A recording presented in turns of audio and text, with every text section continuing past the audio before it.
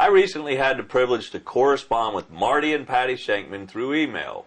Patti was diagnosed with multiple sclerosis in 2006.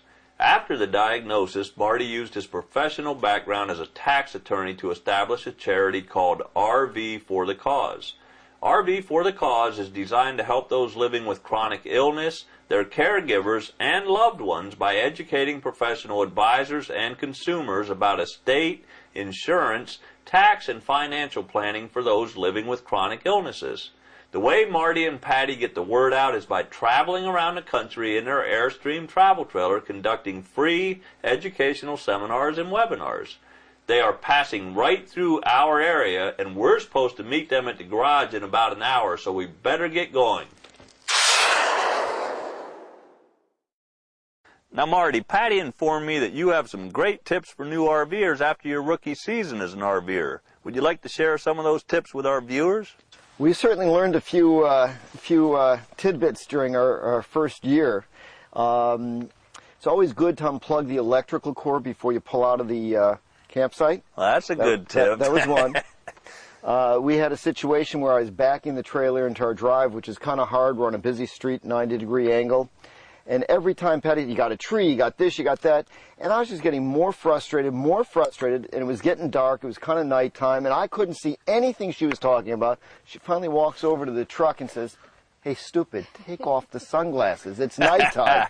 So I think when you're backing in your trailer at night, take off the sunglasses. That's a good tip for the viewers there. I'm going to tell you one, but I'm not going to elaborate. Okay. When you're using the stinky slinky, stand back. Oh boy, we won't go there. No, we're not going there because we just had lunch. We just had lunch. What were some of the other winners that we did? Lower your antenna. Yeah, the antenna we remember to lower. We'll think of a few other good ones. Okay. But, it was an eventful year. We'll get back to that. So your first year as a rookie RVer, you made it through and you're with us today. We're with you today without any significant damage, and everybody that camped with us is still alive. Good, okay. Patti also told me one of the first things you did to learn about your RV was watch one of our instructional DVDs. But she was laughing so hard I could hardly understand what she was saying. What's that all about? We were probably referred to as RV challenged. Okay. It was, to say the least, something a little foreign to our knowledge base and experience. The only contact we had with anything RV before we bought our Airstream was another documentary about the RV industry done by Robin Williams. Ah, RV. RV, yeah. That was our only contact. So we were probably the least likely people on the planet to buy an RV. And we bought all your RV videos. So I put in, there was, I guess, the first one on basics, RV basics. So I said, RV Basics 101? That's for me. I know nothing. And I put it in, and I turned pale. I look at Patti, and I said, "Patti, RV 101 doesn't work. We got to find RV 1." But you're still with us, so that's a good thing. You're here today, and you've got the Airstream, and we've left a trail of laughing campers behind us. So how and when did you get into RVing? Well, Patti's got some health issues. About 6 years ago, she was diagnosed with multiple sclerosis with MS. And traveling got very hard. You got to take certain food. She's on a restricted diet, needles, for injections. And going through security at an airport, sometimes they were very gracious. Other times it was just very tough. Oh, I can imagine. And, when there would be a scare or something, they'd ramp up security, and it would be very hard. Airplanes are often not on time, even though they tell you they are. And when you have long delays and you have issues with food, and there's a sort of a neurologic fatigue that kicks in with a number of these chronic illnesses, and it's very tough. And it's not like, gee, you were up last night and tired. People describe it like, Patti describes it like, you're drowning in quicksand. And when it kicks in, you just really can't function. So if you have an RV, you pull over, you got a bed. If you need a special meal and you can't find food, you can make your food. You need to refrigerate medicine, you got your refrigerator with you. Exactly. And it is also a peace of mind to know you have your home pod with you, the mothership with whatever you need. And we were coming back from a weekend away, which should have been a lovely weekend, and it was, but it was just really tough because of all the issues. And out of the blue, to this day, I have no idea where the thought came from. I looked at her and said, "Why don't we just get an RV?" For all the reasons I just said. And it was totally off the wall. We'd never even been in one. again, the only experience we had was Robin Williams' movie. And a few weekends later, we kind of drove into an RV dealer, and I kind of expected to see like a square tin can with a Bunsen burner on the floor and some bunk beds. And we went to an Airstream dealer because, you know, just like Harley Davidson, even if you don't drive a bike, everybody knows Harley. Right. And I knew the name Airstream, so we went into an Airstream dealer, and they showed us this Victorinox special they had. And we looked at each other and said, boy, this is nice. Then we asked the guy the price, we thanked him, and we left. And then later in the day, I was kind of curious, so we tooled around on the internet, and we found what looked like a ridiculous deal on one. I won't even say the percentage off it was. And we called up Colonial Airstream in Lakewood, New Jersey, and I said, so what's the deal? It doesn't have wheels? What's with the price? And he said the recession is bad, and they bought up a lot of inventory, and they're trying to unload it. Good time to buy. And I called up Patti, and I said to her, you know, if we're ever going to really do this, because we weren't even half serious, we were maybe 10% serious, I said, this deal is too good to pass up. And she said to me, all the wives listening, she said to me, whatever your gut tells you is fine. So I called up the guy, gave him a deposit on a credit card, and then I went home and I panicked. Wow. Now what am I going to do with this thing? Well, Marty, tell me a little bit about the charity RV for the Cause and what that's all about and what you do with that. We you know, when we got the RV, we decided we would do it because it made it easier for Patti to travel, and we wanted to do it. And it just seemed too easy just to travel and enjoy it, which we are. We're having a blast. Even Elvis loves it. And what could we do to make it something more substantive and more meaningful? And I've done a lot of lecturing over the years for different professional groups and consumer groups on estate planning, which is what I do. And I said, why don't we use this as an opportunity to lecture around the country on planning for chronic illness? When Patti was first diagnosed, after we dealt with all the personal and medical issues, I decided, you know, I have to do some of the planning that I advise people and clients about. And I was absolutely shocked that there was literally almost nothing published in the professional literature on how to deal with chronic illness and health issues. Other than maybe Medicaid planning and special needs trusts, there's nothing. Wow. And I thought that was just terribly wrong. And over the past 5-6 years, I set about trying to correct that situation. I've written 20, 30 articles about different aspects of planning for chronic illness and health issues. It turned into 3 different books. One you have here that I wrote for the Michael J. Fox Foundation on charitable fundraising for Parkinson's. I did one for the National MS Society, and I did a consumer book on estate planning for people with chronic illness and disability. And they're all published by Demos Medical Publishing, DEMOS Medical Publishing, and all the proceeds go to charity. We don't make anything on it. And I wanted to try to address that problem because it's wrong that if someone has a health issue, they can't get the information they need to protect themselves and their loved ones. And so we decided if I've already done that, why don't, while we travel, we'll lecture. And one thing led to another. There's a seminar company that I've done a lot of lecturing for over probably 15 years called Lorman Education Services. And I asked one of them, if the people that I dealt with there, if they would be willing to provide free education credits, professional education credits when we lecture. And they were very, very gracious. And they were one of the first people to get on board, so to speak, no pun intended, and help us with the project. So now I can give lectures and I can give attendees free credits. And I started to seek out different financial planning, accounting, and other organizations to sponsor programs. And it's kind of taken off. So now when we plan a trip, we're now going from Jersey to Florida and back. And we have, I think, 9 seminars and 6 webinars that we're doing from home back to Florida and back. So we're peppering the whole trip with programs, and we're reaching a lot of people we could never otherwise reach. Well, that's great. That's just great to hear. And where can people go to get more information on your books and more information on RV for the Cause? Well, for consumers, the main book would be the Estate Planning for Chronic Illness, which is available from Demos Medical Publishing, and you could just Google it. It's probably on Amazon as well.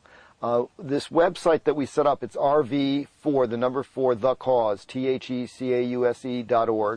And we have a wealth of material, and we add to it all the time to help train and teach professional advisors. And we've started to add a consumer section. We're doing a series of 5 webinars for consumers on this trip, and there's some articles and other materials there as well, so that we're trying to help educate. Same mission as you, just different topic. Right. To educate people so they can be informed and really take care of themselves. Now, was this always intended to be a charity? We never sought to get anything out of it, but and it kind of it's disturbing and disheartening to me that so many people, when we tell them what we're doing, the initial reaction is, well, how are you making money out of it? What's in it for you? Right. And it's, no, we're not making money. It costs me money to do it, but why can't you try to do a good deed? I see the struggles every week that Patti goes through. I see the insensitivity, the ignorance, sometimes the ugliness of how she's treated. A lot of these chronic or neurologic diseases, you know, it's not what you see is what you get. So the fact that she may look fine doesn't mean she is fine. And it doesn't mean she doesn't have challenges and struggles. And as a society, we're just not very sensitive to that. So when I got these reactions, I said, okay, I'm going to formally organize it as a charity. And just so people then thought I'd be fundraising, and, you know, who wants to shake your hand if you're going to ask them for a donation? So we're probably the only charity around that doesn't accept donations. So we're basically, we fund it ourselves, but it's a charity. And our mission, our goal is to educate people, because I would very much like to find that other people going through some of the same struggles Patti has should have an easier time of it. But if we can at least create enough awareness that before somebody makes a presumption, you know, somebody's driving a little slow in front of you, they're not getting through the checkout line as fast as you want, before you punch them or say something nasty, you know, maybe they're struggling with something. Yes, yeah. It doesn't really take a lot of compassion to make a big difference in somebody's life. That's right. And that's what we hope to do. That's great. Now, where have you traveled and lectured so far? We did our first trip through the Midwest, and we spoke in Bethlehem, Pennsylvania, Pittsburgh, Pennsylvania. We did 2 programs in Carmel, did I say it right? Indiana. Carmel, Indiana. We did one for professional advisors, one for local charities, and then we did a program in a suburb of Detroit, Michigan. We did another trip spoke in Cleveland, and it was good I was not wearing my Michigan t-shirt there because, ooh, Ohio territory. And well, you know where you're at now, right? Oh, yeah. But we're not going to talk about basketball. Okay. And we did a presentation in New York and a couple around New Jersey. And this trip, we started in home, and we did a presentation in Princeton, New Jersey, Washington, D.C., Bethesda, Maryland, Chapel Hill. We did a videotaping for the American Institute of CPAs. They have a personal financial planning division. We did some videotapes for them in Durham, North Carolina. And we're going to head down to Charlotte and then Amelia Island, Florida. We're going to do a program. We have about 450 people. A company, Limeberg Information Services, Inc., is sponsoring a webinar. Wow. And then 2 in Jacksonville, 1 for professionals, 1 for consumers, and then a professional program in Tampa. And the other thing which is new, and we're responding to some of the questions that we've had from people, the requests. Good Sam is sort of sponsoring a series of webinars we're doing for consumers, and so almost all of we're staying at Good Sam parks the whole trip, and we're going to be doing a webinar from almost each of the Good Sam parks for consumers. Neat. Now, Patti, we have 3 dogs, and they love to travel in the RV. What role does Elvis play in the program? Oh, my God. I don't want to take away anything from all of Marty's hard work and effort, which goes into every seminar and every webinar we do, but Elvis is really the star of the show. Right? Now I know where I rate. We can't go anywhere without people asking us about Elvis, because he's just an amazing dog. He's a registered therapy dog. Oh, wow. So he's used to being in places and just being very obedient. And again, not to take anything away from Marty, but he usually sleeps during Marty's lectures, gets his downtime. Yeah. But Makes me feel good. When we're done, all the folks who've attended come to us and ask questions about Elvis. Yeah, not me, just Elvis. And sometimes if it's really special, some of the waiters that work in these facilities are very kind to him and give him some special treats, which he's very appreciative. Yes. But no, he's part of the team. The star of the show. Yeah. Can you tell us some things you've learned in all your travels? Well, it's been an interesting experience. We feel we've touched a lot of people. After a lot of the programs, we've had people come up and share their stories. It's bittersweet. It's sad to hear the struggles that so many people have, but it feels good to hear that we're touching, a spot in people that helps them. I think a lot of people feel empowered when they see what we're doing, because so many people that have a struggle either are ashamed of it or they don't come out in the open and talk about it, and seeing somebody do it empowers them to do it. And I think that's really a vital issue, because the more open people are about whatever struggles or whatever issues they have, whether it's health or otherwise, you know, the more awareness we'll build among everybody. I mean, we all have struggles. Everybody's got them. Nobody's immune. I guess when we were 17, we may have thought we could jump off trees and stuff, but, you know, life sets in and reality sets in. So that's probably been the most rewarding part. We've met a lot of amazing people along the way. I mean, I think one of the things that has been most incredible is the people that we've touched with some of the programs that we've done, and the website and the Facebook page. And we've had a lot of people that have shared their personal stories with us, and we have more that we're going to put on the website. In fact, we were so moved by some of the stories of people that we've met, incredible stories, inspiring stories, that we set up a section on our website called People Along the Way. And we start retelling stories of people that we've met, because there's just amazing things going on out there. And there's so many people that have been touched by disease or disability or health issues, and they've had incredible perseverance and dignity in how they've dealt with it. So it's been a learning experience for us too. In another vein, a lot of the people that we've met along the way have been incredibly helpful and friendly RVers. You know, we've certainly given them a lot of laughs to reciprocate for the help they've given. For example, there was a guy, a trucker, Larry Woodruff from, what's the town in Ohio? LaGrange, Ohio, who basically took me, he felt sorry for me because I knew so little. He took me under his wing, and he's become my my guru of RVs. Your mentor. And he's been incredibly helpful, incredibly helpful. Your videos were a big help. That's why we sought you out, but mostly to tell you that I needed the RV1.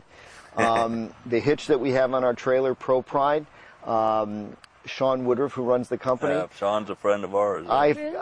Sean fielded some of the dumbest questions probably in his career from me.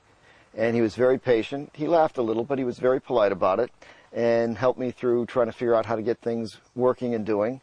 The folks at Colonial Airstream have been incredibly helpful, and it's been a very welcoming community. Marty, what suggestions can you make to those living with chronic illness and their loved ones? The real most important issues are your health, taking care of your health, dealing with medical insurance and things like that. But that's not really my expertise. I mean, we try to share some of the things we've done, you know, some of the healthy lifestyle choices that we've made to help Patti. The area that I have more expertise in, and what we've focused our program on, is trying to help people with the estate planning, legal planning, financial, tax, and all those related issues. And I think that the most important thing is to be vocal and clear and admit what you have going on and communicate it. That's really the key word, because if you don't communicate what your experience is of your health issue, no one's going to understand it. And even though it would be nice if people were more sensitive or more understanding, the unfortunate reality is that everybody's got their plate full with whatever they're involved with. So if you take the time, if you're working with an accountant, an attorney, if you have a business partner, share with them what's going on and try to make sure they can really help you back. I think too many people don't do that. You have to be very proactive. Oftentimes there's simple things you can do, like changing something under an insurance policy you have, or changing your investment program to make it work for what you have going through. Minor modifications. I'm sorry? Going on auto pay.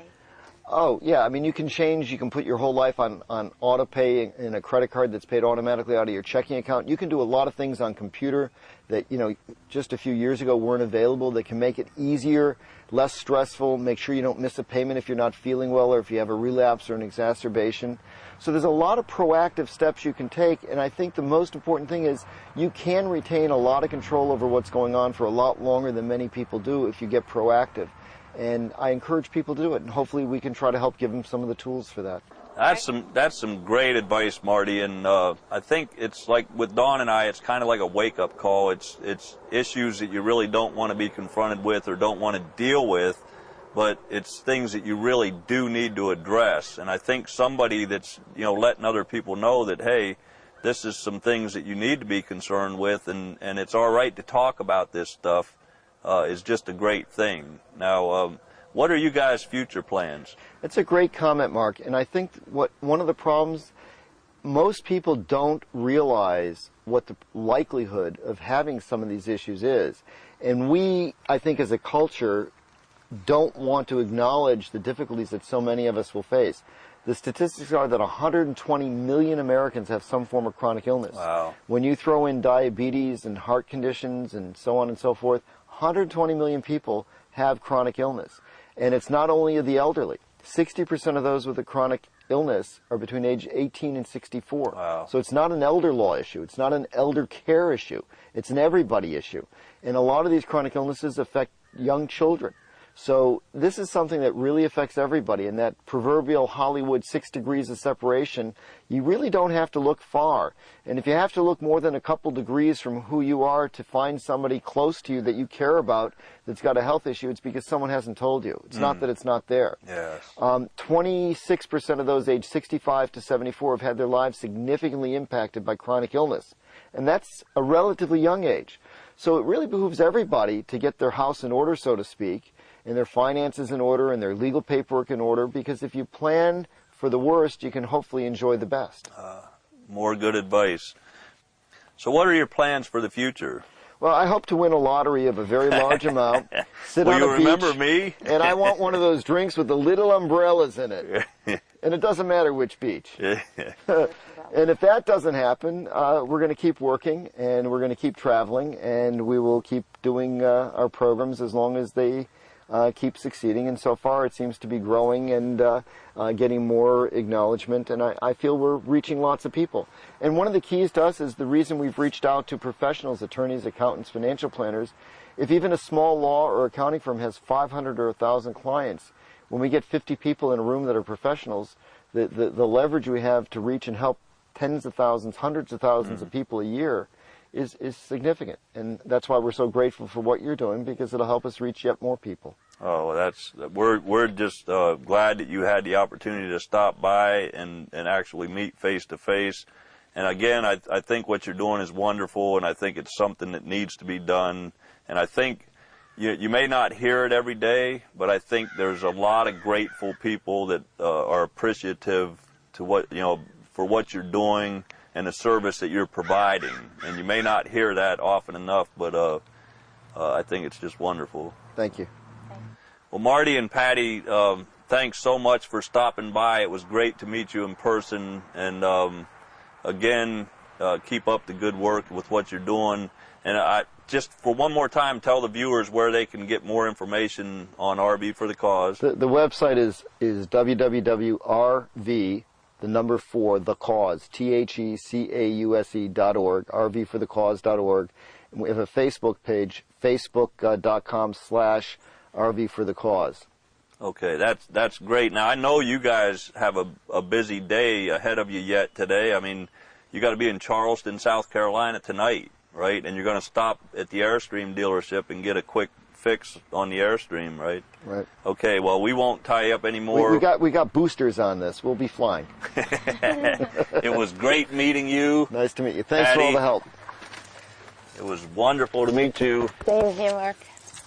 And don't forget, there's Elvis. You can give him a hug. Come there here, you Elvis. go. There you I go. might keep this one. No. That's our boy. Yes.